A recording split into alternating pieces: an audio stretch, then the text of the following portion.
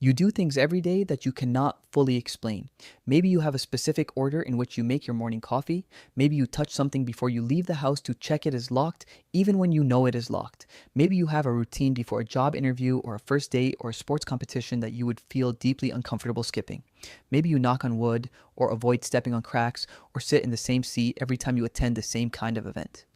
You probably think of these as habits or quirks or superstitions you half believe in. If someone asked you to justify them, you would either say they are just habits that stuck, or you would offer some vague account of how they make you feel better, more focused, more prepared. The research suggests something far more interesting is happening. The human tendency to form rituals, to repeat sequences of action in specific ways at specific times, is not a collection of individual quirks. It is one of the most universal, most deeply rooted, and most psychologically consequential behaviors in the entire repertoire of the human species. It predates recorded history by tens of thousands of years. It appears in every known human culture without exception. And the science of why we do it and what it does to us reveals something fundamental about the architecture of the human mind. Let's begin with what a ritual actually is, because the word is used loosely in ways that obscure important distinctions. A ritual is not simply a repeated behavior. Habits are repeated behaviors. You brush your teeth every morning because brushing your teeth every morning is efficient and healthy, and you do not need to think about it. But a habit is not a ritual. The defining feature of a ritual, the thing that distinguishes it from mere habit, is what researchers call its causally opaque character. A ritual involves actions whose causal efficacy is not apparent. Actions that are not obviously connected to their supposed purpose in a way that can be explained through normal physical causation. When a baseball player taps his cleats 3 times, spits, adjusts his batting gloves twice, and only then steps into the batter's box, the tapping and the spitting and the adjusting are not obviously causally connected to hitting the ball. The batter knows this, and yet the performance of these actions feels important in a way that is difficult to articulate, in a way that is resistant to rational argument.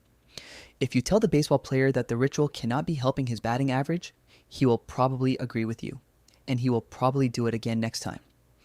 This causally opaque quality is found in rituals across every domain of human life.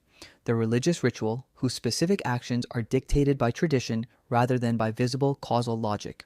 The competitive athlete's pre-performance routine.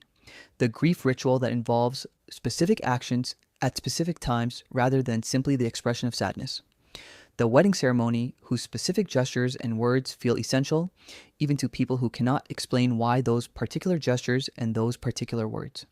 The anthropologist Harvey Whitehouse has proposed an influential distinction between 2 modes of ritual behavior that he calls the imagistic mode and the doctrinal mode. Imagistic rituals are rare, intense, often painful or frightening, and produce vivid autobiographical memories that bind small groups together through shared extreme experience.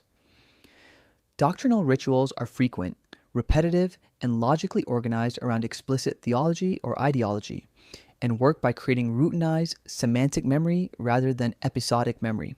But both modes share the causally opaque character that defines ritual behavior, and both produce powerful effects on the people who perform them. The question the science has been asking is why. One of the most important insights from the psychology of ritual concerns the relationship between ritual and anxiety. The psychologist Cristine Legare and her colleagues at the University of Texas at Austin have documented what they call the anxiety-ritual connection. The basic finding is consistent and robust. People under conditions of heightened anxiety spontaneously generate more ritualized behavior. When things feel out of control, when uncertainty is high, when the stakes are significant and the outcome is unpredictable, the frequency and rigidity of ritual behavior increases. This pattern appears across cultures, across age groups, and across contexts. Athletes perform more elaborate pre-performance rituals before high-stakes competitions than before practice. Students develop more elaborate pre-exam rituals when the exam is high stakes. Tribal societies perform more elaborate agricultural rituals when the harvest is uncertain than when it is reliable. Societies under conditions of existential threat, of war or famine or epidemic, show increased ritual behavior across virtually every domain. Why? What is ritual doing in the face of uncertainty that makes it so reliably produced in those conditions? Part of the answer involves what psychologists call the sense of control. When outcomes are genuinely uncertain, when the future is genuinely unpredictable, the subjective experience of having no control is distressing in a specific and measurable way. It activates the stress response, disrupts cognitive function, and impairs performance. This is not simply psychological fragility. It reflects something deep about the structure of the human cognitive system. Human beings are extraordinarily sensitive to the difference between situations in which their actions matter and situations in which they do not, because that distinction was enormously important in the ancestral environment. Ritual, researchers have found, compensates for this loss of perceived control. Not by actually restoring control, but by generating the feeling of control in situations where objective control is limited or absent. The baseball player's pre-batting routine does not improve his batting average through any physical mechanism, but it gives him something to do that is entirely within his control in a situation where the most important outcome, whether he gets a hit, is substantially outside his control. And that subjective sense of control, even when it is illusory, has measurable effects on performance. The psychologist Alison Wood Brooks and her colleagues at Harvard Business School published research demonstrating that rituals improve performance on anxiety-inducing tasks. Participants who performed a ritual before a high anxiety performance task, in one study singing a song in public, showed lower self-reported anxiety, lower heart rate, and better performance than participants who did not perform a ritual. The ritual had measurable physiological and performance effects, even though the ritual itself had no obvious causal connection to singing ability. The mechanism was the reduction in anxiety through the sense of control the ritual provided.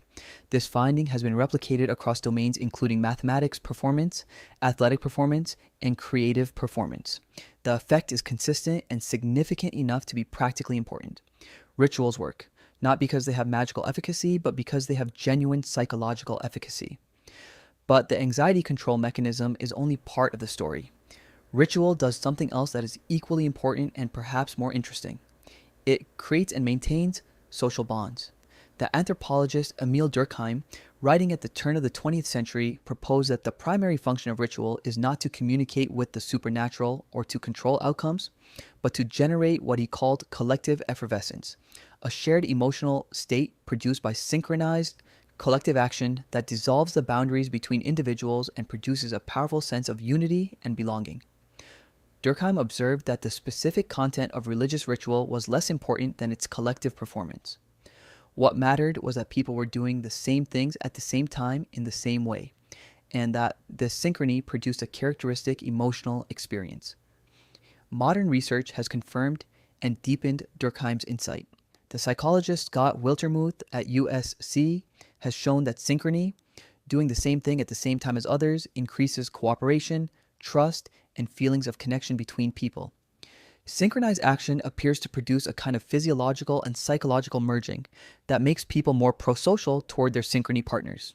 Robin Dunbar at Oxford has extended this research to show that synchronized physical activity, including ritual, produces elevated levels of endorphins in participants. The endorphin system, the same neurochemical system that mediate the runner's high, and the social pleasure of laughter and physical contact, is activated by synchronized collective action.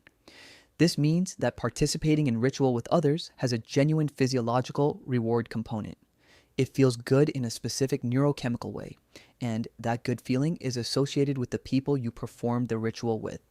This helps explain one of the most puzzling features of ritual across cultures, the role of pain and discomfort. Many rituals involve elements that are physically uncomfortable or even painful. Fasting, extreme cold or heat, physical ordeal, loud noise. These elements seem counterproductive if the purpose of the ritual is simply to feel good or to reduce anxiety. But if the purpose is to generate endorphin-mediated bonding between participants, then the presence of pain makes perfect sense. Pain activates the endorphin system more powerfully than mere synchronized movement. Groups that undergo painful rituals together form stronger bonds than groups that perform pleasant rituals together. The anthropologist Dimitris Xygalatas at the University of Connecticut has documented this bonding effect of high-intensity ritual in studies of firewalking ceremonies in Spain and India. Participants in these ceremonies and the spectators who are related to them show synchronized physiological responses, measured by heart rate, that are not shown by unrelated spectators. The shared ordeal of the ritual creates a physiological bond between participants that persists beyond the ritual itself. There is another dimension of ritual that the science has illuminated, and it concerns memory and meaning. The anthropologist Pascal Boyer has argued that ritual elements are specifically designed through cultural evolution to be memorable. The unusual actions, the specific sequences, the elements that violate ordinary expectations, the combination of familiar and unfamiliar, all of these are features that make ritual content stick in memory in a way that ordinary, repeated behavior does not. Boyer calls this the mnemonic utility of ritual. Ritual is cognitively sticky in ways that routine behavior is not. This mnemonic quality serves an important social function. Rituals transmit cultural knowledge, values, and group identity across generations in a form that is more robust than simple verbal instruction. The child who participates in a ritual does not merely learn the content of the ritual, they acquire an embodied understanding of its significance that is difficult to communicate through language alone and that tends to persist across the lifespan in a way that verbally transmitted knowledge often does not. The psychologist Ara Norenzayan at the University of British Columbia has argued that this memory encoding function of ritual is one of the key mechanisms through which religions expand and persist across generations and across cultures. High frequency, low arousal doctrinal rituals create a semantic memory structure that organizes beliefs and values in a highly retrievable way.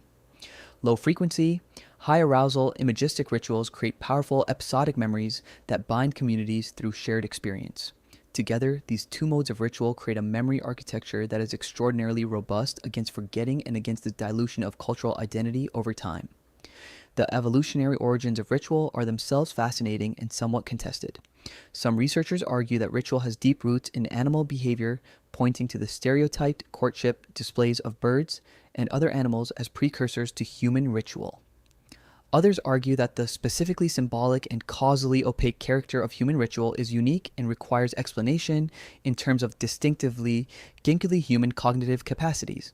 What is clear is that evidence of ritual behavior appears in the archaeological record long before written history.